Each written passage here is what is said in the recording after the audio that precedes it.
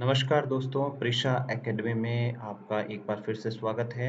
और आज जो मैं वीडियो लेकर के आया हूँ बहुत ही इम्पोर्टेंट वीडियो है और इसको बहुत से लोग इग्नोर कर देते हैं।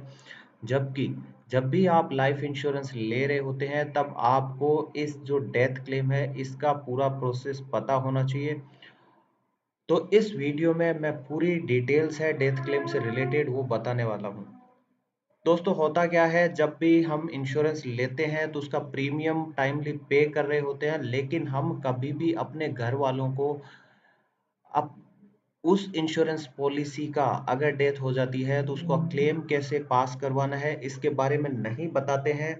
और इसके कारण क्या होता है कि कई बार इंश्योरेंस कंपनी से आपका क्लेम होता है वो रिजेक्ट हो जाता है। और कई बार देखा गया है कि कई ऐसे भी लोग होते हैं जिन्होंने इंश्योरेंस पॉलिसी ले लिया है लेकिन अपने घर वालों को बताया तक नहीं है कि भाई उन्होंने इंश्योरेंस को पॉलिसी ले रखा है। और इस कारण क्या है, उन्होंने सारे प्रीमियम पे किए होते हैं, फिर भी उनका परिवार उसका कोई आर्थिक मदद परिवार को नहीं मिल पाती है। दोस्तों जब भी डेथ की बात आती है तो कहीं ना कहीं हम लोग इमोशनल हो जाते हैं, हम प्रैक्टिकली नहीं सोचते हैं। हमें डर लगता है कि कहीं ये बात हम अपने परिवार को बताएं तो वो लोग मायूस ना हो जाए।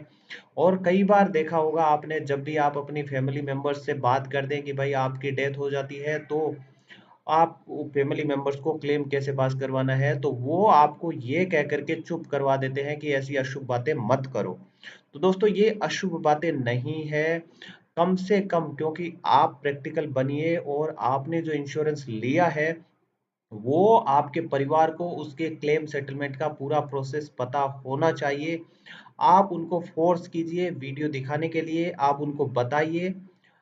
और आप और भी जो वेबसाइट जिस भी कंपनी का आपने पॉलिसी ले रखा है उस कंपनी का भी पूरा प्रोसेस उनको समझा दीजिए।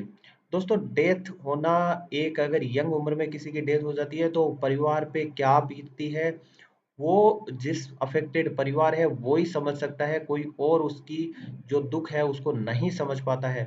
लेकिन उस दुख की घड़ी को भूल करके ये भी ध्यान रखना चाहिए कि जो इंश्योरेंस का क्लेम है वो भी फाइल करना है।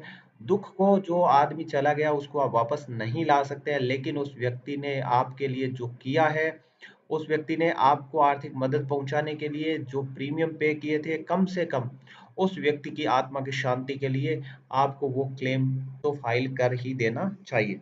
तो ये वीडियो देखने के बाद आपको बहुत सारे जो कॉन्सेप्ट्स हैं, रिक्वायरमेंट है वो क्लियर हो जाएगी। मुझे काफ़ी कमेंट्स भी आ रहे हैं जिसमें लोगों ने पूछा है कि भाई आप टर्म इंश्योरेंस, ये इंश्योरेंस पे वीडियोस बना रहे हैं लेकिन उनके डेथ क्लेम कैसे होते हैं, इसका ना तो इंटरनेट पे कहीं पे अच्छे से समझाया हुआ है और ना इस पे कोई अच्छे वीडियोस बने हुए हैं। तो दोस्तों इस वीडियो में मैं पूरी कोशिश करूंगा अपनी तरफ से समझाने की और पूरा जो है वो देखेंगे। जैसा कि मैंने बताया कि जब हैप्पी फैमिली होता है आदमी इंश्योरेंस बाय कर लेता है, लेके और ऑफिस आता जाता रहता है, लेकिन घर वालों को कभी नहीं बताता है कि इंश्योरेंस क्लेम प्रोसेस क्या है और उसने इंश्योरेंस ले रखा है, उसका नॉमिनी क्या है, डॉक्यूमेंट्स किधर रखे हुए हैं, पॉलिसी बोर्ड कहाँ पे है। ये सब वो परिवार को नहीं बताना चाहता, उसको लगता है कि डेथ है, अभी तो मैं यंग हूँ, डेथ नहीं हो सकता। और जैसा मैंने बताया कई बार घर वालों की मायूसी के डर से भी आदमी नहीं बता पाता है। तो बाद में जब अचानक से डेथ हो जाती है तो परिवार वालों को पता भी नहीं होता है कि पॉलिसी किस कंपनी से ले रखा है, उसका पॉलिसी बॉन्ड कहाँ पे है, उसमें नॉमिनी किसको बना रखा है, अगर एक से ज्यादा नॉमिनी है तो कौन कौन नॉमिनी है, उनका परसेंटेज क्या है, ये सब उनको पता ही नहीं रहता है। और वो दुखी, पहले से ही दुखी है, फिर अलग अलग इंश्योरेंस कंपनीज के चक्कर काट काट करके और ज्यादा दुखी हो जाते हैं। तो इस सब से छुटकारा पाने के लिए जब भी पॉलिसी लें तो अपना जो नॉमिनी है उसको पूरी डिटेल्स बता करके रखें और जो बॉन्ड पेपर है वो नॉमिनी के पास ही रहना चाहिए, आपके पास बॉन्ड पेपर की जरूरत नहीं रहती है। क्योंकि इंश्योरेंस का जो क्लेम होता है वो आप नहीं उठाने वाले होते हैं, इंश्योरेंस का क्लेम होता है वो नॉमिनी ही उठाता है। तो इस वीडियो में मैं आपको क्या क्या बताने वाला हूँ वो देख लीजिए। तो इस वीडियो में हम बात करेंगे कि कब है इंश्योरेंस क्लेम फाइल किया जा सकता है और उसके बाद क्या-क्या डॉक्यूमेंट्स है उनकी रिक्वायरमेंट्स रहती है इंश्योरेंस का जब भी क्लेम फाइल किया जाता है तो। और एलआईसी का क्लेम कैसे फाइल किया जाता है, क्योंकि मोस्ट ऑफ द पीपल अगर आप देखेंगे तो उनके पास एलआईसी का इंश्योरेंस रहता है। तो मैं कोशिश कर रहा हूँ कि एलआईसी का जो प्रोसेस है वो मैं इस वीडियो में शामिल करूंगा। इसके अलावा दो बड़ी प्राइवेट कंपनीज है, उनका क्लेम प्रोसेस है, वो भी मैं इस वीडियो में शामिल करूंगा। आपको बताने वाला हूँ उनका पूरा तरीका कि उनका क्लेम कैसे फाइल किया जाता है। इसमें दो बड़ी कंपनियां मैक्स लाइफ का मैंने लिया है और आईसीआईसीआई प्रूडेंशियल का लिया है एग्जाम्पल। इसके अलावा अगर बीमा कंपनी क्लेम देने से मना कर दे तो क्या करना चाहिए, ये भी बहुत जरूरी है, ये भी जान लेना चाहिए। इस पे हालांकि मैंने एक वीडियो बना रखा है कि अगर इंश्योरेंस कंपनी कौन कौन सी गलतियां हैं वो आपको नहीं करनी चाहिए, ताकि इंश्योरेंस कंपनी आपका क्लेम रिजेक्ट ना करे। वो वीडियो अगर आपने इंश्योरेंस नहीं लिया है तो कम से कम वो वीडियो एक बार आप जरूर देख लीजिए। उसका लिंक मैं टॉप पे ही डाल रहा हूँ डिस्क्रिप्शन बॉक्स में, वो वीडियो प्लीज एक बार देख लीजिए। तो कोई क्लेम होगा उसके रिजेक्शन के चांसेस है वो बहुत कम हो जाएंगे। और अगर बीमा में नॉमिनी का नाम नहीं डाला हुआ है तो क्या करना चाहिए, ये भी डिटेल में बताने वाला हूँ। कई बार क्या होता है दोस्तों, नॉमिनी का नाम डील डाला होता है, मैंने ऐसे लोग भी देखे हैं जिन्होंने अपने फादर या मदर को नॉमिनी बना रखा है, लेकिन उन फादर या मदर की डेथ हो जाती है लेकिन वो व्यक्ति अपने नॉमिनी का नाम चेंज नहीं करता है। और जब क्लेम की बात आती है और इंश्योरेंस कंपनी जब नॉमिनी का नाम पूछती है तो वो नॉमिनी तो ऑलरेडी डेथ हो चुकी है उसकी। तो उस कंडीशन में काफी दिक्कत आती है परिवार के बाकी सदस्यों को। तो हमेशा कोशिश करें कि नॉमिनी का नाम हमेशा अपडेटेड रखें। आइए अब शुरू करते हैं। देखिए क्लेम कब फाइल किया जाता है, पहली बात है बीमा धारक की अगर डेथ हो जाती है उस कंडीशन में क्लेम फाइल किया जाता है। और वो डेथ हो सकती है, नेचुरल डेथ भी हो सकती है, एक्सीडेंटल डेथ भी हो सकती है, बीमारी से भी डेथ हो सकती है, या आत्महत्या भी हो जाती है। तो इन कारणों से डेथ नॉर्मली होती है। तो इन चारों कारणों से डेथ होती है तो उसके लिए आप बीमा क्लेम फाइल कर सकते हैं। जो सुइसाइड है उसके लिए most of the insurance companies है उन्होंने रखा हुआ है कि अगर डेथ है सुइसाइड पॉलिसी लेने के 1 साल के भीतर हुई है तो वो इंश्योरेंस कंपनी उसका क्लेम रिजेक्ट कर देती है। लेकिन 1 साल के बाद इंश्योरेंस टर्म इंश्योरेंस प्लान्स में मैक्सिमम में सुइसाइड है वो इंक्लूड किया हुआ है। तो दोस्तों ये आप अपनी इंश्योरेंस कंपनी से जब भी पॉलिसी लें उसमें देख लें कि उसमें क्या क्या इंक्लूड किया हुआ है और कौन कौन सी डेथ एक्सक्लूड की हुई है।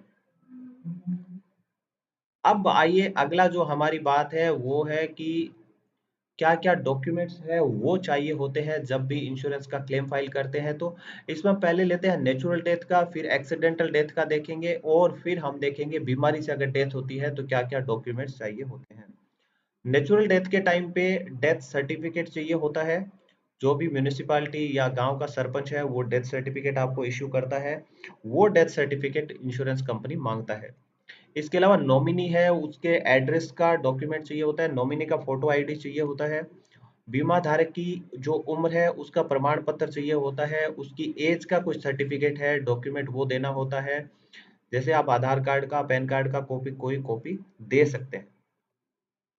उसके अलावा ओरिजिनल बीमा पॉलिसी है उसकी कॉपी चाहिए होती है इंश्योरेंस कंपनी को। और नॉमिनी जो है जिसके खाते में जो क्लेम अमाउंट है वो डालनी है उसका जो बैंक डिटेल्स है जैसे बैंक का पासबुक की कॉपी और जो कैंसल्ड चेक है उसकी डिटेल्स वो बैंक इंश्योरेंस कंपनी मांग सकती है। इसके अलावा बाकी इंश्योरेंस कंपनीज के अपने फॉर्म्स होते हैं वो फॉर्म्स फिल करने होते हैं। तो ये मैक्सिमम जो मैंने बताया है नॉर्मली ये डॉक्यूमेंट्स इंश्योरेंस कंपनीज मांगती है, हो सकता है एक दो डॉक्यूमेंट्स और भी मांग ले, लेकिन ज्यादातर इन डॉक्यूमेंट से काम चल जाता है। उसके अलावा अगर कोई व्यक्ति जॉब कर रहा है तो उसके एम्प्लॉयर का सर्टिफिकेट भी चाहिए होता है। ये नॉर्मली उस कंडीशन में होता है, नॉर्मली ग्रुप जो इंश्योरेंस होता है उसमें तो एम्प्लॉयर सर्टिफिकेट मांगते ही मांगते हैं। इसके अलावा अगर आपने इंश्योरेंस में दिखा रखा है आप जॉब कर रहे हैं तो एम्प्लॉयर से सर्टिफिकेट भी मांग लेता है कि उस एम्प्लॉय की डेथ हो चुकी है। अब बात आती है एक्सीडेंटल डेथ की, तो एक्सीडेंटल डेथ में ये जो मैंने नेचुरल डेथ के डॉक्यूमेंट्स बताए ये डॉक्यूमेंट्स तो चाहिए ही चाहिए होते हैं। इसके अलावा जो एफआईआर या पुलिस का जो पुलिस पंचनामा रिपोर्ट है वो उनकी कॉपी चाहिए होती है। पुलिस पंचनामा रिपोर्ट में पुलिस जब मौका वारदात पे जाती है उसका मौका मुआयना करती है उसका रिपोर्ट बनाती है, उसके बेस पे एफआईआर प्रिपेयर किया जाता है। और ये सारी और चार्जशीट और इन सब की जो डॉक्यूमेंट्स होती है पुलिस से रिलेटेड वो इंश्योरेंस कंपनी मांगती है जनरली। इसके अलावा एक्सीडेंट घटना का एक डिटेल्ड जो विवरण है वो नॉमिनी होता है उसको बोल देते हैं कि आप लिख करके दे दीजिए, या जो भी आई विटनेस उस टाइम पे रहा है उससे वो मांग सकते हैं। इसके अलावा जो अगर मान लीजिए जिसकी डेथ हुई है बीमा धारक की, अगर वो खुद ही गाड़ी चला रहा था तो इंश्योरेंस कंपनी उसकी ड्राइविंग लाइसेंस की कॉपी भी मांगती है और वो देखती है कि भाई जो इंश्योरेंस बीमा धारक है क्या उसके पास एक्चुअली ड्राइविंग लाइसेंस था। अगर था तो कहीं वो ड्राइविंग लाइसेंस एक्सपायर तो नहीं हो रखा था। अगर ड्राइविंग लाइसेंस एक्सपायर हो रखा है, गाड़ी चला रहा होता है, तो उस कंडीशन में वो बीमा क्लेम सेटलमेंट में थोड़ा परेशानी जरूर कर देते हैं। अब आती है नेक्स्ट है कि बीमारी से अगर डेथ हो जाती है तो उस कंडीशन में क्या क्या डॉक्यूमेंट्स मांगते हैं। तो नेचुरल डेथ के जो डॉक्यूमेंट्स है वो सारे डॉक्यूमेंट्स चाहिए। उसके अलावा जिस भी जो संबंधित रिलेटेड फिजिशियंस था जहाँ पे ट्रीटमेंट हो रहा था उससे एक रिपोर्ट मांगी जाती है। और कुछ इंश्योरेंस कंपनीज का अपना पर्टिकुलर फॉर्म होता है, वो फॉर्म में आपको उस संबंधित फिजिशियन से रिपोर्ट लिखवा करके लानी होती है। इसके अलावा हॉस्पिटल में भर्ती होने का यानी हॉस्पिटल में एडमिट होने का जो रिकॉर्ड होता है वो, और इलाज का जो भी प्रिस्क्रिप्शन जो फाइल बनता है उसकी कॉपी, और हॉस्पिटल से डिस्चार्ज होने के लिए जो डॉक्यूमेंट्स होते हैं उनकी कॉपी इंश्योरेंस कंपनीज मांगती है। तो ये थे documents natural death, accidental death और बीमारी से डेथ के लिए। अब आइए मैं आपको बताता हूँ लाइफ इंश्योरेंस एलआईसी में अगर आप क्लेम फाइल करते हैं तो उसमें क्या रहता है। तो ये मैं एलआईसी की वेबसाइट पे यहाँ पे आ चुका हूँ और एलआईसी की वेबसाइट पे अगर आप देखें तो यहाँ पे डेथ क्लेम की बात कर रखी है। तो इसमें इन्होंने क्या बताया है कि क्लेम फॉर्म ए यानी एलआईसी का एक फॉर्म ए होता है वो भर के देना होता है। उसके अलावा डेथ रजिस्ट्रार से डेथ का सर्टिफिकेट देना होता है। डॉक्यूमेंट्री प्रूफ ऑफ एज देना होता है, यानी बीमा धारक का जैसा हमने बताया था बीमा धारक की एज का प्रूफ देना होता है। और अगर नॉमिनी नहीं दे रखा है टाइटल तो उसका एक डीड बना करके देना होता है। ओरिजिनल पॉलिसी डॉक्यूमेंट्स होता है वो भी देना होता है। और इसके अलावा इन्होंने बताया है कि अगर death occurs with in 3 years, अगर 3 साल से पहले डेथ हो जाती है तो उस कंडीशन में ये मेडिकल अटेंडेंस का सर्टिफिकेट भी मांगते हैं। ये सारे डॉक्यूमेंट्स एलआईसी मांगता है। तो इन सारे डॉक्यूमेंट्स का जो है लिंक है वो मैं यहाँ पे डिस्क्रिप्शन बॉक्स में डाल रहा हूँ। और ये जो भी है एफआईआर का report, postmortem report, police investigation report if death was due to accident और अननेचुरल कॉज, यानी अगर अननेचुरल तरीके से या एक्सीडेंट से डेथ हो जाती है तो ये FIR report, postmortem report, police investigation report, ये सारी कॉपीज इंश्योरेंस एलआईसी मांग सकता है। ये फॉर्म जो है फॉर्म 1, फॉर्म ए बी, ये सब कहाँ पे मिलते हैं, ये एलआईसी की वेबसाइट पे ही है। आप licindia.in पे जाएंगे, इस वेबसाइट पे नीचे चले जाइए, बिल्कुल नीचे जाएंगे तो यहाँ पे डाउनलोड फॉर्म्स करके एक लिंक दिया हुआ है। आप देखिए यहाँ पे आ रहा है डाउनलोड फॉर्म्स। इस डाउनलोड फॉर्म्स पे जैसे ही मैं क्लिक करता हूँ, देख सकते हैं यहाँ पे राइट कॉर्नर में आपको यहाँ पे कर्सर दिख रहा होगा, यहाँ पे आ रहा है डाउनलोड फॉर्म्स। तो अब मुझे क्या करना है, मैं डाउनलोड फॉर्म्स पे क्लिक कर रहा हूँ। जैसे ही डाउनलोड फॉर्म्स पे क्लिक करता हूँ तो ये नया पेज ओपन हो जाता है। इसमें ऑनलाइन फॉर्म्स की बात हो रही है और यहाँ पे आपको बताया है कि डेथ से रिलेटेड यानी मृत्यु दावे हैं उनसे रिलेटेड है। अगर आप इसको इंग्लिश लैंग्वेज में चाहते हैं तो यहाँ से अंग्रेजी में आप इसको चेंज कर सकते हैं, इंग्लिश में, मराठी में, या आप जिस भी राज्य से संपर्क करेंगे वहां पे आपकी जो लोकल लैंग्वेज होगी वो आ जाएगी। तो ऑनलाइन फॉर्म में आपको जाना है और यहाँ पे फॉर्म ए जैसा यहाँ पे बताया था कि फॉर्म ए भर के देना है। यहाँ पे आप देखिए यहाँ पे बोला है फॉर्म ए देना है नेचुरल डेथ के टाइम पे। तो यहाँ पे आप देख सकते हैं दोस्तों फॉर्म ए आपको यहाँ पे मिल जाता है। और बाकी और भी फॉर्म्स है वो सारे इसमें दिए हुए हैं। तो फॉर्म्स आप लाने के लिए कहीं जाने की जरूरत नहीं होती है, फॉर्म्स यहाँ से भी लिए जा सकते हैं। और एलआईसी बोलता है कि आपको जब भी डेथ होती है, फाइल करते हैं क्लेम, तो आप नियरेस्ट जो ब्रांच होती है वहां पे जा करके आप कांटेक्ट कर सकते हैं। ये तो बात रही एलआईसी से रिलेटेड डॉक्यूमेंट्स की। अब हम बात करते हैं मैक्स लाइफ है उसके क्या क्या डॉक्यूमेंट्स चाहिए। तो हम मैक्स लाइफ पे जाते हैं। मैक्स लाइफ के जो डॉक्यूमेंट्स है उसमें इन्होंने बताया है कि क्या क्या डॉक्यूमेंट चाहिए। तो लाइफ क्लेम्स के बारे में हम यहाँ पे बात कर रहे हैं तो हम यहाँ पे लाइफ पे मैं क्लिक कर रहा हूँ। तो लाइफ क्लेम्स पे जैसे ही मैंने किया है तो ये दो टाइप के डॉक्यूमेंट्स बता रहे हैं। मैंडेटरी डॉक्यूमेंट्स यानी ये तो कम से कम डॉक्यूमेंट्स आपको चाहिए ही चाहिए। उसमें क्या बोला है, ओरिजिनल पॉलिसी डॉक्यूमेंट यानी ओरिजिनल पॉलिसी है उसका कॉपी चाहिए, और डेथ सर्टिफिकेट है उसका कॉपी, एक अटेस्टेड कॉपी चाहिए, या आप ओरिजिनल कॉपी भी सबमिट करवा सकते हैं। Death claim application form form A है वो चाहिए होता है इंश्योरेंस कंपनी को। इसके अलावा जो बीमा जो नॉमिनी है उसका एनईएफटी डिटेल्स चाहिए जहाँ पे वो ट्रांसफर होनी है क्लेम की अमाउंट, और नॉमिनी का फोटो आईडी प्रूफ, और कोई एड्रेस प्रूफ होता है उसकी कॉपी चाहिए होती है। उसमें आप passport, PAN card, voter ID, Aadhaar card ये सब जमा करवा सकते हैं, इनमें से कोई भी। इसके अलावा अगर इन्होंने बोला है कि डेथ होती है मेडिकल या हॉस्पिटल में हो जाती है बीमारी के कारण, तो अटेंडेंट फिजिशियन का स्टेटमेंट, जैसा मैंने बताया था, जो भी डॉक्टर होगा संबंधित उससे आपको फॉर्म सी में रिपोर्ट भरवा के लानी पड़ेगी। इसके अलावा मेडिकल रिकॉर्ड जाना होता है, एडमिशन नोट्स यानी भर्ती किया था उसका रिकॉर्ड चाहिए, डिस्चार्ज किया था उसका रिकॉर्ड चाहिए, डेथ की समरी चाहिए, और टेस्ट रिपोर्ट जितने हुए हैं उनकी कॉपी चाहिए होती है। एक्सीडेंटल या अननेचुरल डेथ हो जाती है यानी एक्सीडेंट से या सुइसाइडल केस होते हैं, उस कंडीशन में एफआईआर चाहिए होती है, पंचनामा या पुलिस कंप्लेंट जो भी होगा वो, पोस्टमार्टम की रिपोर्ट चाहिए होती है, और पुलिस इन्वेस्टिगेशन रिपोर्ट की कॉपी या चार्जशीट जो भी होता है उसकी कॉपी चाहिए होती है। यहाँ पे आप क्लिक करके जो भी इनके फॉर्म्स है उनको यहाँ से डाउनलोड किया जा सकता है। तो यहाँ पे इन्होंने डाउनलोड्स के लिए फॉर्म्स दिए हैं, तो क्लेम फॉर्म्स है डेथ क्लेम के लिए, तो ये फॉर्म ए है वो यहाँ पे दिया हुआ है। अब बात करते हैं आईसीआईसीआई की। आईसीआईसीआई में क्लेम का जो प्रोसेस है उसका यहाँ पे डिटेल्स दिया हुआ है। इनके मैक्स के, आईसीआईसीआई और एलआईसी के जो मैं लिंक बता रहा हूँ इंश्योरेंस डेथ क्लेम फाइल करने का, उसका जो यूआरएल लिंक है वो मैं डिस्क्रिप्शन बॉक्स में डाल रहा हूँ, आप वहां से देख सकते हैं और भी डिटेल में जाकर के अगर देखना चाहते हैं तो। यहाँ पे भी आप देखें मैंडेटरी डॉक्यूमेंट्स है, मोर और लेस सेम ही होता है। क्लेम इंटीमेशन फॉर्म यानी फॉर्म ए जो है वो इनको भर के देना है। उसके अलावा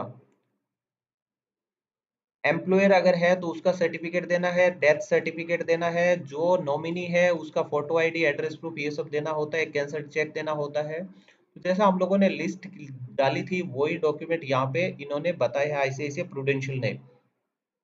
अब है नॉन एक्सीडेंटल डेथ, अगर है नॉन एक्सीडेंटल डेथ है तो उस कंडीशन में यानी नेचुरल डेथ है तो उस कंडीशन में क्या है, एक डेथ सर्टिफिकेट चाहिए होता है, मेडिकल रिकॉर्ड अगर हॉस्पिटल में भर्ती हुआ है तो admission note, discharge certificate, death summary, test reports, और मेडिकल अटेंडेंट यानी डॉक्टर का एक फॉर्म होता है वो भर के देना होता है। और एम्प्लॉयर है उससे एक सर्टिफिकेट लाना होता है, वो सैलरीड इंडिविजुअल के लिए रिक्वायर्ड होता है। एडिशनल डॉक्यूमेंट्स फॉर डेथ, अगर एक्सीडेंटल डेथ होती है उस कंडीशन में और सुइसाइड की कंडीशन में, एफआईआर की कॉपी, पंचनामे की कॉपी, पोस्टमार्टम की कॉपी, और ड्राइविंग लाइसेंस अगर चालक खुद है इंश्योरेंस धारक और एक्सीडेंट में डेथ हुई है उस कंडीशन में ड्राइविंग लाइसेंस की कॉपी चाहिए होती है। तो दोस्तों ये थे मैक्स लाइफ का, एलआईसी का और आईसीआईसीआई का डेथ क्लेम का पूरा प्रोसेस, ये लिंक है वो डिस्क्रिप्शन में है। अब हम बात करते हैं अगली, वो है कि डेथ क्लेम रिजेक्ट अगर इंश्योरेंस कंपनी कर देती है तो क्या होता है। तो दोस्तों मैंने जैसे पहले ही बताया है कि डेथ क्लेम क्यों रिजेक्ट हो जाता है, इसके जो मेन कारण है वो मैंने स्टडी किए हैं और उन पे एक वीडियो बनाया है, उसका लिंक डिस्क्रिप्शन बॉक्स में मैं टॉप पे डाल रहा हूँ, आप वो वीडियो जरूर देख लीजिए। अगर वो आपने ध्यान रखा है तो डेथ क्लेम के रिजेक्ट होने के चांसेस बहुत बहुत बहुत कम हो जाते हैं। और अगर हो जाता है तो इंश्योरेंस ने अभी एक नया अमेंडमेंट करके सेक्शन 45 जो डाला है उस पे हम बात कर लेते हैं। ये है इंश्योरेंस एक्ट 1938 का, कॉपी मैंने डाउनलोड की है, और ये है section 45 of the insurance act 1938। ये क्या बोलता है कि कोई भी insurance policy, life insurance policy को किसी भी ग्राउंड पे रिजेक्ट नहीं किया जा सकता है 3 साल की एक्सपायरी के बाद। यानी अगर आपने कोई पॉलिसी लिया है और उसमें 3 साल लगातार आपने प्रीमियम पे किया है तो वो पॉलिसी किसी भी ग्राउंड पे, ऑन एनी ग्राउंड व्हाट्सएवर, यानी किसी भी ग्राउंड पे उस पॉलिसी को रिजेक्ट नहीं किया जा सकता है, ये चीज ध्यान में रखिए। और इसमें इन्होंने बोला है कि आपने पॉलिसी के बाद अगर उस पॉलिसी में कुछ राइडर और ऐड करवाया है या रिवाइवल हुआ है पॉलिसी, यानी पॉलिसी बीच में बंद हो गई और आपने दोबारा शुरू किया है, तो वो जो 3 साल का पीरियड है वो रिवाइवल की डेट होगी वहां से लेकर के, या जो भी आपने राइडर ऐड करवाया है वहां से काउंट की जाएगी। यानी आपने पॉलिसी लिया है 2015 में, तो आपका 3 साल हो जाता है 2018 तक। तो 2018 के बाद उस पॉलिसी को किसी भी ग्राउंड पे उसका क्लेम रिजेक्ट नहीं किया जा सकता है। लेकिन ये ध्यान रखना कि अगर आपने मान लीजिए 2017 में कोई राइडर ऐड करवा लिया, उसमें एक्सीडेंटल डेथ का राइडर ऐड करवा लिया, तो फिर आपका जो 3 साल है वो 17 से काउंट होगा और 2020 के बाद वो पॉलिसी है उसको रिजेक्ट नहीं किया जाएगा। ये चीज ध्यान में रखिए। और इन्होंने बोला है कि फ्रॉड और है उस केस पे ये एप्लीकेबल नहीं होगा। लेकिन इंश्योरेंस कंपनी इसमें एक ये भी बोला हुआ है कि अगर आप किसी भी इंफॉर्मेशन को नहीं बताना चाहते हैं, अगर चुप रहे हैं, आपने नहीं छुपाया है, तो वो फ्रॉड में कंसिडर नहीं होगा। तो ये जो इसका जो एक्ट है, इसका सॉफ्ट कॉपी डाउनलोड करने का लिंक है वो मैं डिस्क्रिप्शन बॉक्स में डाल रहा हूँ, वहां से आप इसको डाउनलोड कर लीजिए और सेक्शन 45 को याद रखिए, अपने दोस्तों को, रिश्तेदारों को, नॉमिनीज को इसके बारे में अच्छे से समझा दीजिए। ये बहुत ही रामबाण है, ब्रह्मास्त्र है, जो हेल्प करता है नॉमिनीज की इंश्योरेंस क्लेम फाइल करते टाइम। अब हम बात करते हैं कि अगर ये सब भी हो जाए और उसके बाद भी अगर इंश्योरेंस क्लेम रिजेक्ट हो जाता है, तो उस कंडीशन में क्या करना है। तो उस कंडीशन में दोस्तों करना क्या है, आपको आपको इंश्योरेंस ओम्बड्समैन की वेबसाइट है वहां पे जाना है। इंश्योरेंस ओम्बड्समैन की वेबसाइट का जो लिंक है वो मैं डिस्क्रिप्शन बॉक्स में डाल रहा हूँ। उस वेबसाइट को एक बार आप गो थ्रू कीजिए। उस वेबसाइट में अलग अलग ओम्बड्समैन है, उनके पते दिए हुए हैं। तो आप उन ओम्बड्समैन से कांटेक्ट कर सकते हैं। उनका पर्टिकुलर प्रोसेस क्या होता है क्लेम का, तो वो मैं यहाँ पे आपको दिखा रहा हूँ। इन्होंने एफएक्यूज में पूरी अच्छे से डिटेल डाली हुई है कि क्या किया जा सकता है। तो इन्होंने बोला है what are the complaints that are entertained by the banking ombudsman, यानी इंश्योरेंस ओम्बड्समैन में किस टाइप की कंप्लेंट्स है वो फाइल की जा सकती है।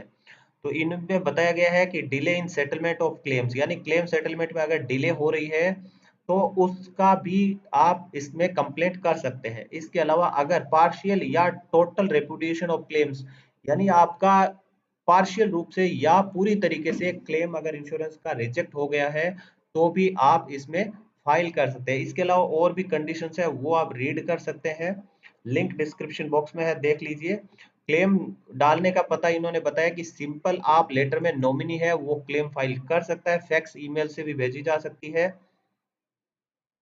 और कब तक फाइल कर सकते हैं, 1 साल के भीतर भीतर आपको क्लेम डालना ही डालना है। यानी जब भी आपने इंश्योरेंस क्लेम आपका रिजेक्ट हुआ है उसके 1 साल के भीतर भीतर आपको ओम्बड्समैन में अप्रोच करना है, या जो इंश्योरेंस को कंप्लेंट लिखा है उसका रिप्लाई आ गया है तो उसके 1 महीने के भीतर आप डाल सकते हैं कंप्लेंट।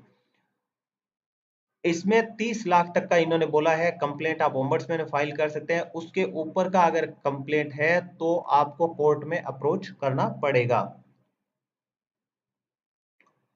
आपको कोर्ट में क्या है, इससे अगर बैंकिंग इंश्योरेंस ओम्बड्समैन से भी अगर कंप्लेंट कहीं पे रिजेक्ट हो जाती है और आपको अगर फर्दर क्वेरीज पे जाना है, तो आप लीगल तरीका है वो भी अपना सकते हैं, आप कोर्ट में सूट फाइल कर सकते हैं। इसके लिए भी ओम्बड्समैन में इसमें वेबसाइट पे डिटेल दिया हुआ है, वो मैं आपको बता देता हूँ कहाँ पे है। Is there any appeal against a decision given by the ombudsman, यानी ओम्बड्समैन जो डिसीजन देता है उसके अगेंस्ट कहीं पे अपील किया जा सकता है क्या। तो ये बोलता है कि the legal remedy against the insurer complaint seek as per normal process of law, यानी नॉर्मल लॉ का प्रोसेस है उसके थ्रू आप लीगल जो रेमेडी है वो ले सकते हैं इंश्योरेंस कंपनी के खिलाफ। तो दोस्तों ये था हमारा पूरा प्रोसेस, जिसमें हमने देखा कि किस प्रकार से एक इंश्योरेंस क्लेम फाइल किया जा सकता है और किस प्रकार से अगर इंश्योरेंस कंपनीज क्लेम रिजेक्ट करती है तो आपके पास क्या क्या तरीके हैं। आशा करता हूँ आपको ये वीडियो पसंद आया होगा दोस्तों, तो लाइक करना प्लीज ना भूलें, क्योंकि वीडियो बनाने में बहुत मेहनत करती है पड़ती है और आपका लाइक हमारा दिन बना देता है। आप वीडियो को लाइक कर दीजिए और अपने दोस्तों, रिश्तेदारों, अपने नॉमिनी सबके साथ शेयर कीजिए। किसी का भी अगर भला हो जाता है तो दोस्तों वो बहुत ही पुण्य का काम रहता है। और स्पेशली जो लोग बीमा ले रहे हैं उनको ये वीडियो जरूर दिखाएं। इसके अलावा अगर आप इस चैनल के सब्सक्राइबर नहीं है तो चैनल को सब्सक्राइब कीजिए, ताकि आपको बहुत ही अच्छे अच्छे वीडियोस हैं वो इस चैनल पे मिलते रहेंगे, बहुत ही ज्ञानवर्धन मिलता रहेगा आपको। और इंश्योरेंस से रिलेटेड जो भी लेटेस्ट इंफॉर्मेशन होगी वो हम यहाँ पे डालते रहते हैं।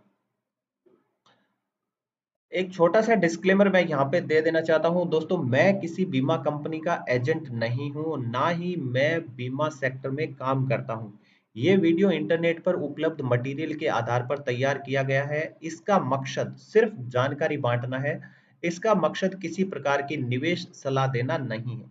अपना निवेश खुद सोच समझकर तथा आवश्यक रिसर्च करके ही करें। इसमें हमारी कोई जिम्मेदारी नहीं है। सटीक एवं अपडेटेड जानकारी के लिए आप नजदीकी बीमा कार्यालय में संपर्क करें या बीमा कंपनी की वेबसाइट को विजिट करें। आप बीमा कंपनी द्वारा मान्यता प्राप्त एजेंट से भी संपर्क कर सकते हैं और जो लेटेस्ट गाइडलाइंस जो insurance regulation development authority of India के द्वारा जारी की जाती है वो ही जानकारी मान्य होगी और आपकी बीमा कंपनी के द्वारा क्लेम सेटलमेंट का जो प्रोसेस होगा वो ही मान्य होगा। बहुत बहुत धन्यवाद।